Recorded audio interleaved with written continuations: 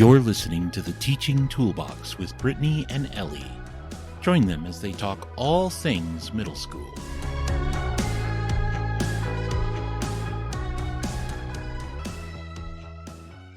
Hello everyone, and welcome back to another episode of the Teaching Toolbox. I'm Ellie, and as always, I'm joined by the most amazing Brittany.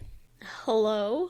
Today we're exploring a topic that is close to our hearts, the power of read-alouds in the classroom. In our last episode, Brittany said this was a soapbox topic for her. So we're jumping into this topic just a little deeper than we did in our last episode about teaching ELA. Read-alouds. They were one of my favorite parts of the day. Absolutely, me too. Sometimes the kids would come in and we would just start right away, and then it was supposed to be 10 minutes, but 20 or 30 minutes later, we were still reading. But they enjoyed it so much. There's just something kind of magical about gathering students and sharing a story together. It's like a mini adventure every time. Absolutely. But beyond the magic, there's solid evidence supporting the value of read-alouds. Oh, for sure. Research from ResearchGate indicates that reading aloud is a fundamental activity for building knowledge and encouraging academic success across all grade levels and content areas. And it's not just about the academics. Right. Reading aloud fosters a sense of community in the classroom. Sharing stories brings us closer together. Absolutely. But it is essential to recognize that while read-alouds offer numerous benefits, they should complement, not replace, independent reading. Yes, definitely. Balance is key.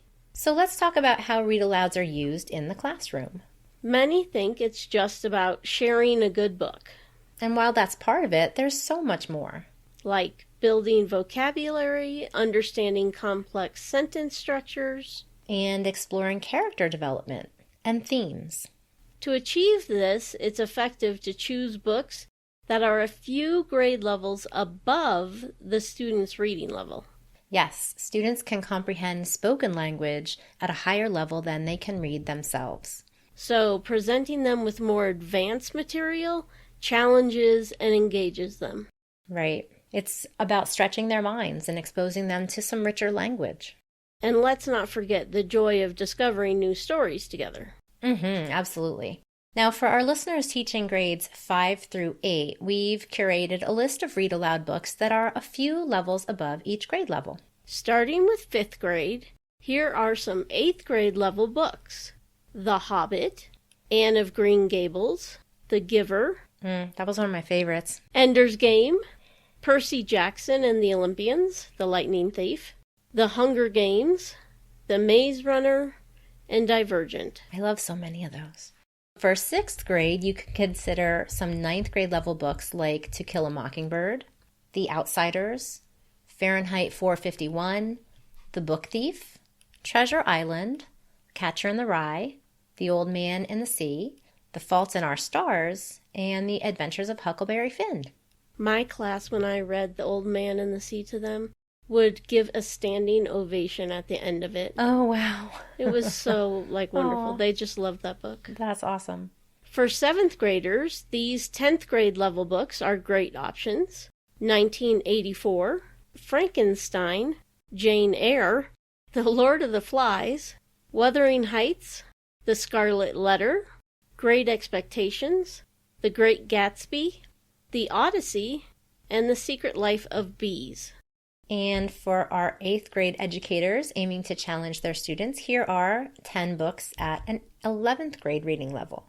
The Catcher in the Rye, Brave New World, The Grapes of Wrath, The Color Purple, Slaughterhouse-Five, The Bell Jar, The Road, Beloved, The Sun Also Rises, and Pride and Prejudice.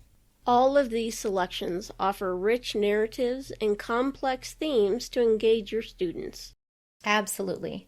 Incorporating these into your read-aloud sessions can stimulate deep discussions and critical thinking, and it exposes students to advanced literature to enhance their comprehension and analytical skills.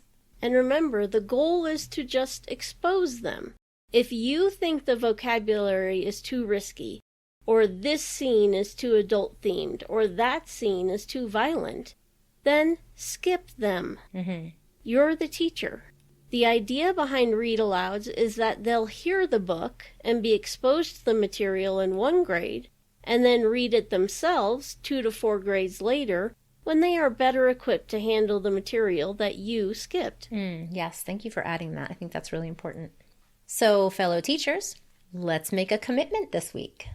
Choose a compelling read aloud book and share the experience with your class. And if you found today's discussion helpful, share this episode with a teacher friend.